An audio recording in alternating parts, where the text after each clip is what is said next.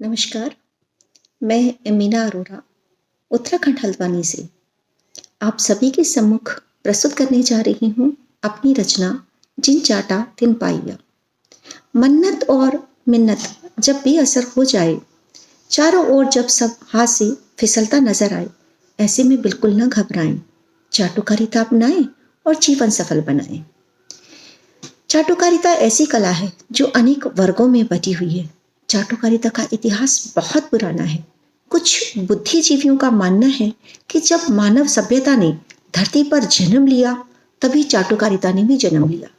भाषा के आविष्कार से पहले चापलूसी अपने पांव पसार चुकी थी। स्वर्ग के देवताओं और राजाओं के सिंहासन को लांघकर चाटुकारिता लकड़ी की बनी कुर्सी पर विराजमान नेताओं कि जूतियां चाटने वालों की मुट्ठी से फिसलकर हर वर्ग में पाई जाने लगी। फिर चाहे वह वर्ग कैसा भी हो, चाटुकारिता हर जगह पाई जाती है। हर किसी में पाई जाए ये आवश्यक नहीं है। हो सकता है आप इस बात को नकार दें, पर नकारने से पहले यदि आप अपनी गिरेबान में झांकेंगे तो पाएंगे कि आप किसी न किसी रूप में चाटुकारिता को अपना चुके हैं या अपनाने को कुलबुला रहे हैं। यदि आप साधारण कर्मचारी हैं तो आपके लिए बहुत उपयोगी है। इसे अपनाए बिना आप अपने स्थान से उठकर पानी पीने या निकालने भी नहीं जा सकते, क्योंकि आपकी हर एक्टिविटी पर आपके ऊपर वाला चश्मे के अंदर से आपको घूर रहा होता है। हो सकता है उसके पास चश्मा ना हो, पर आंखें में आप पे चार गड़ाए रखता है। वहीं दूसरी ओर चापलूस कर्मचारी 4 बार पानी 2 बार चाय पीकर अपनी काबिलियत के किस्से महिला कर्मचारियों को सुनाकर मुग्ध करने में लगा होता है। अब यदि आप महिला कर्मचारी के फ्री बैठने पर संदेह कर रहे हैं तो भी आप गलत हैं। महिला यदि गुड लुकिंग है तो यकीन मानिए उसे मात्र 20% ही चाटुकारिता की आवश्यकता है, और यदि ठीक ठाक दिखती है तो थोड़ी सी ज्यादा मेहनत करनी पड़ सकती है, मतलब उसे मक्खन में मिश्री मिलानी पड़ सकती है। महिलाओं को अपने बॉस से मात्र इतना कहने पर भी अवकाश मिल जाता है कि सर आप तो बड़े हैंडसम हैं, या फिर आप पर अलाना फलाना रंग बहुत जचता है। ऐसे में जिन्हें चाटुकारिता का गुण नहीं आता वे बैठे सोचते हैं, जिन चाटा तिन पाइया चरणों में जा बैठ, मैं बूढ़ा बपुरन डरा कर न सका घुसपैठ। यदि आप भी ऐसा सोचकर कुड़ रहे हैं तो आपका कुड़ना जायज है, लेकिन आप अपनी इस जायज सोच को पल भर में नाजायज बनाकर अपने रुके हुए कार्यों को रफ्तार दे सकते हैं। जरूरी नहीं कि चाटुकारिता कर्मचारी क्षेत्र की ही मांग हो। हकीकत में चापलूसी या चाटुकारिता का विशाल मंच राजनीति है, जहां जीभ से चरण चाट कर जी हजूरी की लार को कंठ में तैयार रखना पड़ता है। पर राजनीति के क्षेत्र में चाटुकारिता की अवधि निश्चित नहीं होती। इधर कुर्सी धारक की सत्ता गई, उधर चाटुकारों की फौज गायब।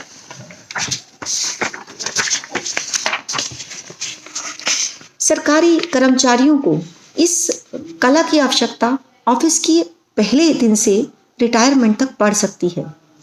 हालांकि इसका बदला वे आम जनता से ले लेते हैं। आम जनता अपने कार्यों के लिए सरकारी महकमों के चक्कर लगाती है, फिर थक हार कर दलालों से कहती है, भाई तुम ही करवा दो हमारा काम, हमारी तो दफ्तरों में सुनवाई नहीं होती। दलाल वह इंसान है जिसकी रग रग में चाटुकारिता भरी होती है। किसी सफल चाटुकार के लिए कहा जा सकता है, उसके मुंह चाटुकारिता का खून लग गया है। पहले वह इंसान था, अब कुत्ता हो गया है। चाटुकारिता का सीधा संबंध कुर्सी से है। उस पर विराजमान काला गोरा मोटा पतला लंबा छोटा कोई भी हो, फर्क नहीं पड़ता। कुछ बेवजह के भी चाटुकार होते हैं, जिन्हें जन्मजात खुशामदी कहा जा सकता है।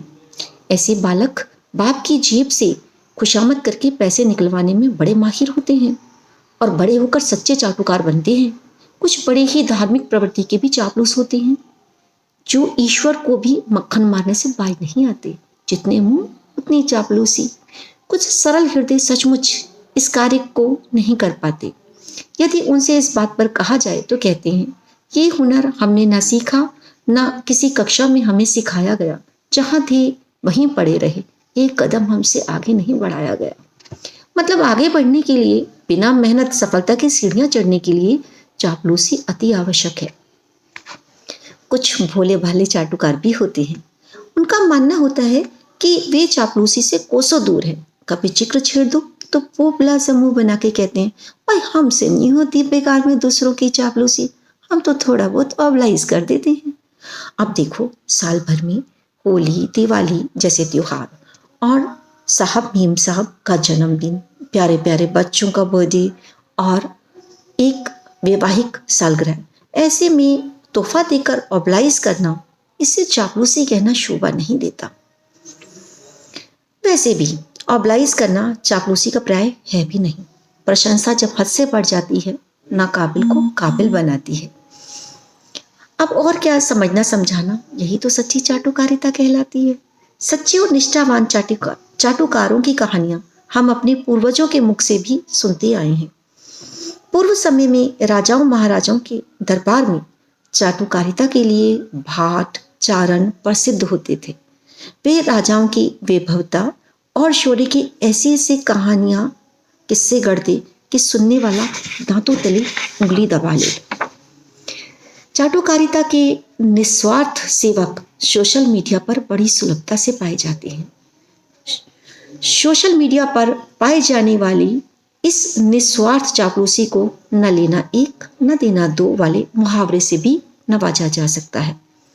उधर एक तस्वीर किसी ने चेपी नहीं कि निस्वार्थ चाटुकारों की चेपू चेपू शुरू।